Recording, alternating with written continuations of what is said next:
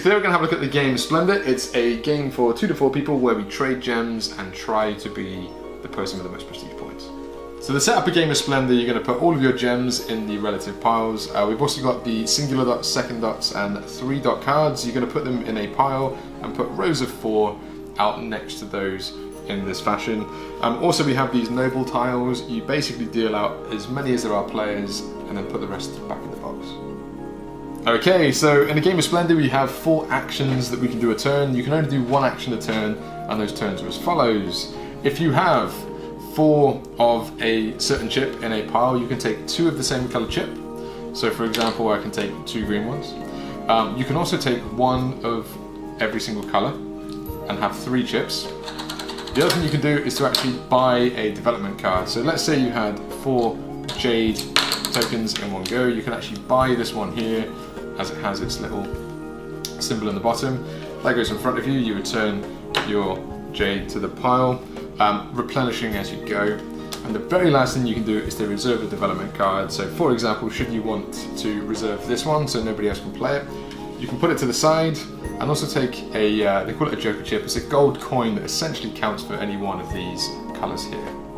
So with all of those actions, essentially you can do one of those actions passing your turn over. So let's say player 1 decides to take 2 green, we then pass over to player 2.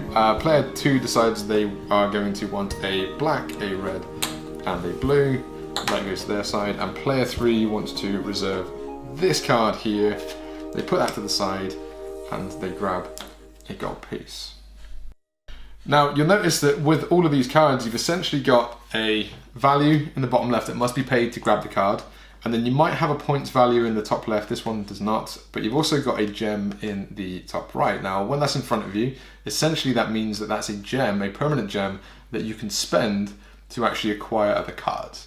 So for example, let's say I had this one in front of me. This is already a black gem. If I wanted to buy this one, I would only need an extra red here because I needed 1 for the blue here. I need 2 for the rubies here.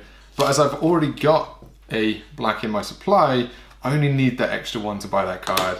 That then becomes a new card that I have in my supply. Now you'll also notice, just as I was saying a second ago, we do have these points values in the top left hand side of the cards. As you were picking these cards up and they become part of your hand. So in this case, let's say I've done this. Not only do I have 2 diamonds that I can use to purchase other cards, but I also have 4 points to go to my total. 15 is the amount that you need to win the game.